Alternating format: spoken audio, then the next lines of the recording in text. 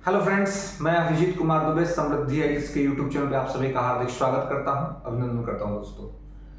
तो हमारे जो बीपीएससी अभ्यर्थी हैं, जो बीपीएससी के छात्र मेंस की तैयारी कर रहे हैं और जो मेंस की तैयारी नहीं कर रहे हैं, जिनका इस बार मेंस नहीं हुआ है, वो सभी छात्र लगातार मैसेज कर रहे हैं कि सर अब क्या होगा। मेंस वालों को ये समस्या है कि क्या होगा, हम लोग पढ़ रहे हैं, क्या कैसे होगा, और बाकी लोगों को ये समस्या है कि अगर ये कैंसिल होता है तो हम कैसे तैयारी करें, क्या करें। तो इन सभी चीज़ों पे बातचीत करेंगे, क्योंकि अभी न्यायपालिका जो है पटना हाई कोर्ट, इन्होंने अपना फैसला सुरक्षित कर रखा है। तो फैसला कब आएगा, क्या होगा, एक्स्ट्रा रिजल्ट आएगा, रिवाइज रिजल्ट आएगा, या पूरा का पूरा पेपर ही कैंसिल होगा और फिर से प्री एग्जामिनेशन होगा, 70वीं 71वीं साथ होगा या अलग अलग होगा, इन सभी मुद्दों पर गहनता से विमर्श करेंगे। वीडियो को अंत तक कंप्लीट करिएगा और अगर चैनल से नहीं जुड़े हैं तो चैनल को सब्सक्राइब कर लीजिएगा, वीडियो को लाइक कर दीजिएगा और अपने सभी छात्र जो मित्र हैं, दोस्त, उनके साथ शेयर कर दीजिएगा। तो चलिए मैं इस बात को यहां से शुरू करूंगा कि यही रात अंतिम, यही रात भारी। अब आज ये संडे की नाइट है और अब ये उम्मीद लग रहा है कि वर्डिक्ट जो है वो कल भी आ सकता है, परसों भी आ सकता है या कभी भी आ सकता है। अब है कि चांसेस क्या है, कब आने के चांसेस हैं। तो न्यायपालिका ने अपनी पूरी प्रक्रिया पूरी कर ली है। 2 दिन की पूरी सुनवाई हो गई थी, उसके बाद कुछ डॉक्यूमेंट जो न्यायपालिका ने डिमांड किया था तो वो सब फ्राइडे तक जुडिशरी को दे दिया गया था, तो सारा चीज चल गया था। तो अब संभावना कल का तो संभावना थोड़ा कम लग रहा है कि कल आ जाएगा वर्डिक्ट, लेकिन मुझे लगता है अगर कल नहीं आ पाता है तो परसों तो आ जाना चाहिए, परसों आ जाएगा, यानी कि ट्यूसडे को आ सकता है वर्डिक्ट, फैसला। अब है कि फैसला क्या आएगा, फैसला क्या होगा, फैसला रिवाइज रिजल्ट पे आएगा, फैसला री एग्जाम पे आएगा, या फैसला रिजल्ट एडेड पे आएगा, क्या आएगा। तो जो पूरा केस जो चला है और उस केस पे जो बहस हुआ है, उस पूरी प्रक्रिया को अगर हम देखते हैं, उसको हम बार बार अगर देखते हैं, एनालिसिस करते हैं, तो हम ये पाते हैं कि इस पूरे 2 दिन के प्रकरण में जो पटना हाईकोर्ट में मामला चला, उसमें बीपीएससी का पक्ष हर मुद्दे पे कमजोर दिखा। जैसे कि क्वेश्चन लीक की जब बात आई तो उन्होंने कहा कि क्वेश्चन लीक नहीं हुआ है, कुछ उपद्रवी तत्व तो हंगामा कर रहे हैं, ऐसा कुछ हुआ नहीं है। तो कोर्ट ने उनसे पूछा था कि अच्छा, अगर उपद्रवी तत्व तो हंगामा कर रहे थे तो फिर आपकी स्टेट की मशीनरी कहां थी, आपने उसको कंट्रोल क्यों नहीं किया, है ना। किस प्रकार से पेपर घट गया आपका, बापू सभागार का सेंटर पे पेपर आपका कैसे कम पड़ गया, एग्जाम के ड्यूरेशन के बीच में बच्चे बाहर आ गए, तो ये सब चीजें कैसे हुई, स्टेट मशीनरी कंप्लीटली कैसे फेल कर गई। इसके अलावा अलग अलग सेंटर पे जो बात किया गया कि वहां पर ऐसी ऐसी चीजें हो रही हैं, कहीं पे क्वेश्चन आंसर लिखाया जा रहा है, चीजें हो रही हैं, तो उस पर ये आपका जो आयोग है, आयोग का कहना था कि ये सब अफवाह है, चीजें हैं, तो और इसका पर्याप्त एविडेंसेस नहीं दिया पा गया है छात्रों के द्वारा। तो उसमें कहा गया कि भैया छात्र के पास कोई सीसीटीवी था तो नहीं, छात्र के पास कोई मोबाइल तो नहीं था, ये सब चीज आपके पास था, ये सारी मशीनरी आपके पास थी, आपको वो सब प्रमाण देना चाहिए। तो पेपर लीक नहीं हुआ है या कहीं और नहीं पहुंचा है, इसका भी पुख्ता प्रमाण कोर्ट के सामने बीपीएससी ने भी नहीं रख पाया है, बीपीएससी भी वो चीज नहीं कर पाई है। तो ऐसी स्थिति में लेकिन छात्रों ने जो जो मुद्दे रखे हैं, जो जो बातें की हैं, उसको वकीलों ने, जिसमें वाईबी गिरी सर हो या दिल्ली से अभिजीत आनंद सर हो या अन्य जो वकील हैं, उन्होंने बहुत ही सारगर्भिता के साथ और बहुत ही सटीकता और चीजों के साथ अपने फैक्ट्स रखे हैं।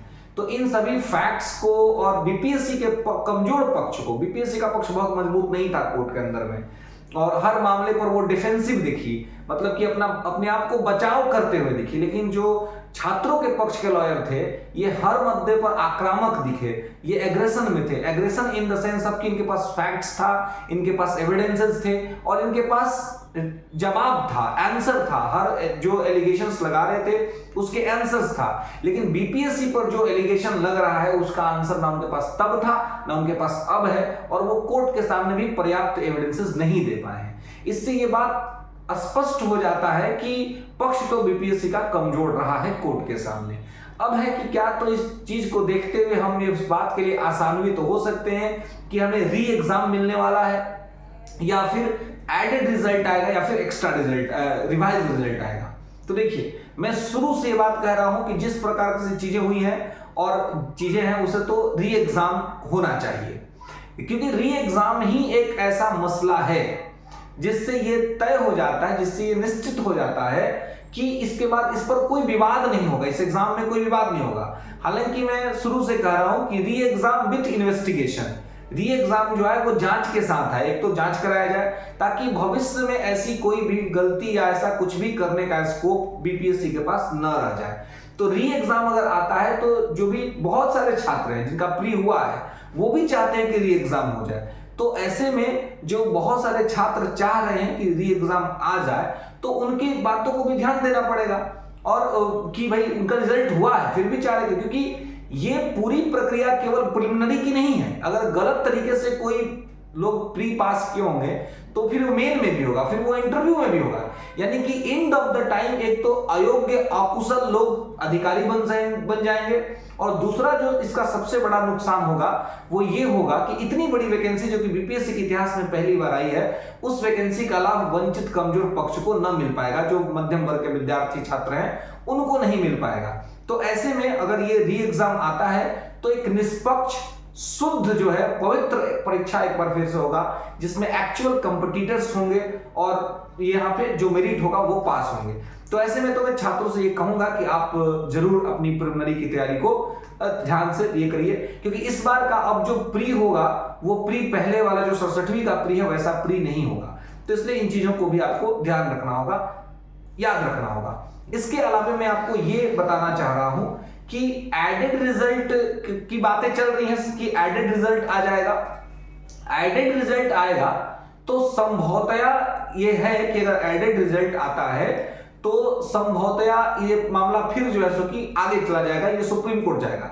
एडेड रिजल्ट आए या फिर आपको एडेड मतलब कि एक्स्ट्रा ऐड किया जाए, या एक्स्ट्रा रिजल्ट का सबको, या रिवाइज रिजल्ट। रिवाइज रिजल्ट की तो कोई संभावना ही नहीं बनती है, रिवाइज रिजल्ट तो नहीं आएगा, लेकिन हाँ एडेड रिजल्ट हो सकता है, एक्स्ट्रा रिजल्ट हो सकता है। लेकिन ऐसी स्थिति में भी ये मामला कोर्ट जा सकता है। अब कुछ छात्र ये बात कह रहे हैं या कुछ लोग के मन में ये प्रश्न है कि मेंस का एग्जाम होने वाला है, डेट प्रकाशित है, रिजल्ट आया हुआ है, फॉर्म भरा चुका है, तो क्या ऐसे में हम ये माने कि पेपर कैंसिल हो सकता है? मान सकते हैं कि पेपर कैंसिल हो सकता है। इसके पर्याप्त कारण है, क्योंकि ये पूरा जो रिजल्ट आया था पीटी का, उसमें लास्ट में एक लाइन लिखा हुआ है कि पप्पू कुमार वाला जो केस है उसके बारे में लिखा हुआ है कि ये मामला हाईकोर्ट में चल रहा है, इसमें कोई भी अगर फैसला आएगा या कुछ भी होता है तो इससे पूरा रिजल्ट प्रभावित हो सकता है। तो एक ग्राउंड है रिजल्ट को कैंसिल करने का, रिजल्ट के कैंसिल होने का एक ग्राउंड तो है ही।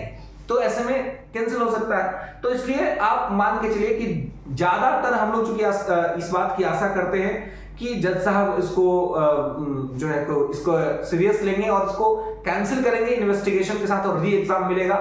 और पूरी प्रक्रिया को आप देखेंगे तो जो लाइव सेशन हम लोग पूरा डिस्कशन का देख रहे थे, उसमें का लास्ट लाइव सेशन बड़ा इंपॉर्टेंट था, और आप लोगों ने उसको गौर किया होगा, देखा होगा। हम लोग तो चूंकि देख रहे थे कि लास्ट लाइव सेशन में वो पूछा गया, मतलब जो वकील साहब थे बीपीएससी के, उन्होंने कहा कि ये सर खत्म करिए सर, नहीं तो आदमी थोड़ा 2 दिन का बहस था, मन आजीज हो गया था।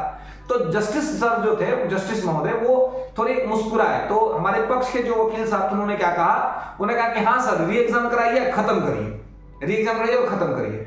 तो लास्ट में अंतिम में इस हल्की फुल्की हंसी मिजाज और खुश मिजाजी के साथ ये पूरा सेशन कंप्लीट हुआ था। तो शायद जज साहब के दिमाग में ये बात हो कि पूरा खत्म कर सकते हैं। तो कैसे खत्म कर सकते हैं? री एग्जाम से खत्म कर सकते हैं। तो री एग्जाम कंप्लीट सॉल्यूशन है विद इन्वेस्टिगेशन। तो देखिए री एग्जाम के लिए आसान्वित रहिए और शुभकामनाएं आप सभी को, और आप लोग तैयारी अपनी अच्छी रखिए। बाकी जो मेंस वाले छात्रों को कहें कि मेंस का तैयारी आप लगातार जारी रखिए, उसको छोड़ना नहीं है, क्योंकि वो बहुत जरूरी और इंपॉर्टेंट है। मेंस तो अल्टीमेट आपको देना ही है। चलिए तो फिर मिलेंगे अगले वीडियो में। तो सुखी रहिए, स्वस्थ रहिए, समृद्ध बन रहिए। धन्यवाद।